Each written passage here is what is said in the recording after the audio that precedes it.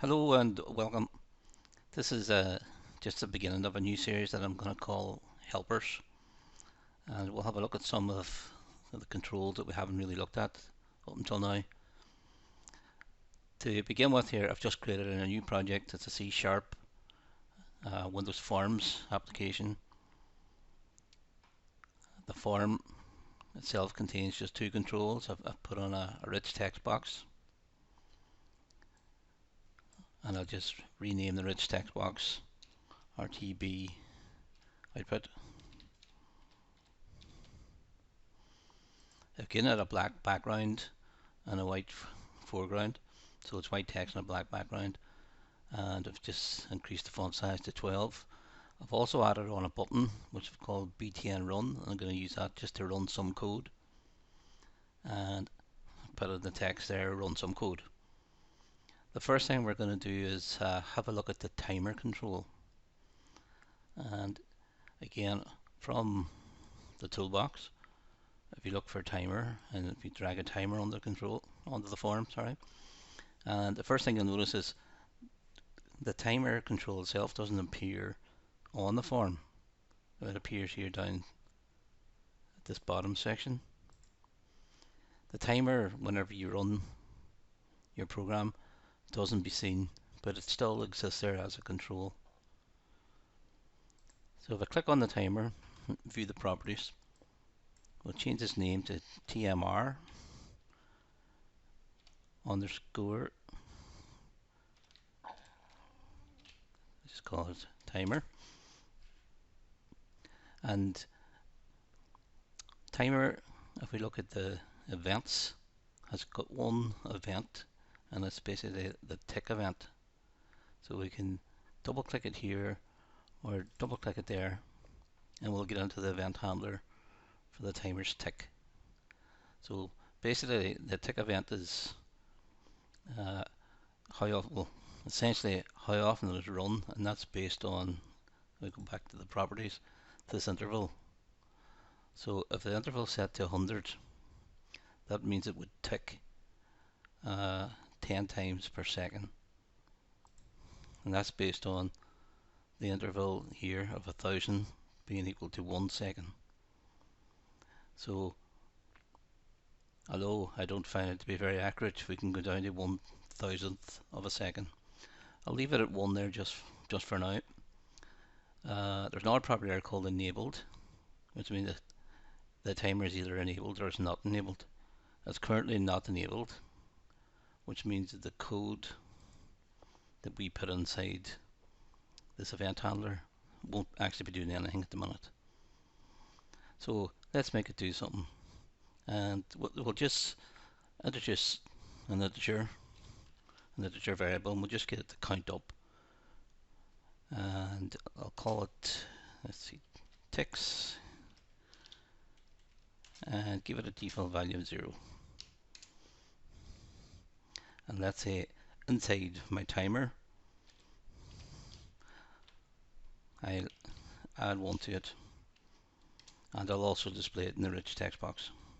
So it's RTB output dot text, and I'm going to make that equal to ticks and convert it to a string. So the only issue at the moment is that the timer is not running. So even if I click run some code, right, nothing's going to happen.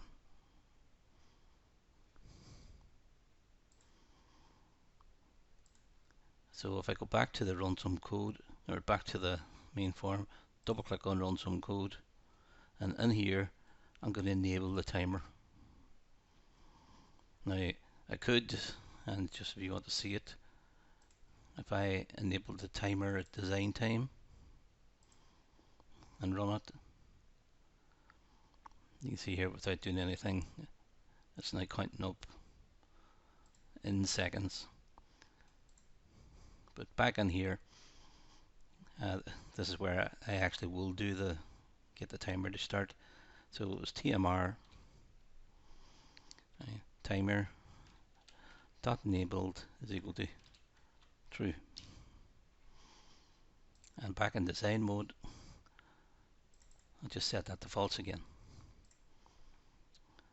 So now if we run that, there's nothing happening here because it's set to false, but in the code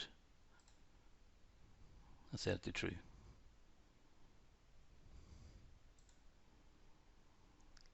I'll change that to 100, run it again, just so you can see it running faster, obviously. And that's the timer control. I could use this button here as a start stop button. So it would make sense, instead of run some code, let's say I'll just change what it says to start. And whenever it does start, then change it to stop.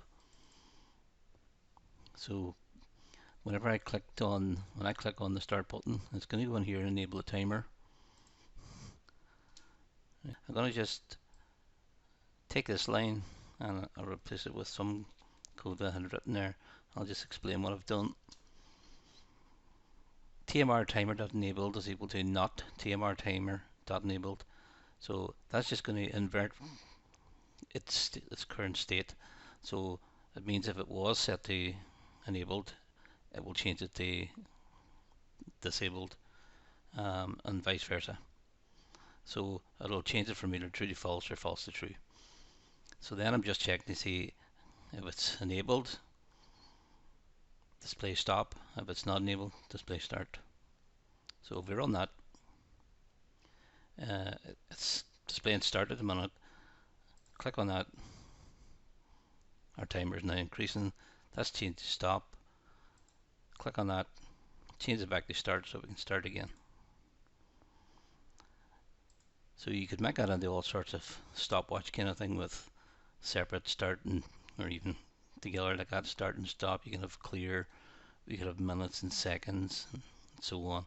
So you could have that counting up at that speed there. Every time it reaches 100, you would add one on to a second.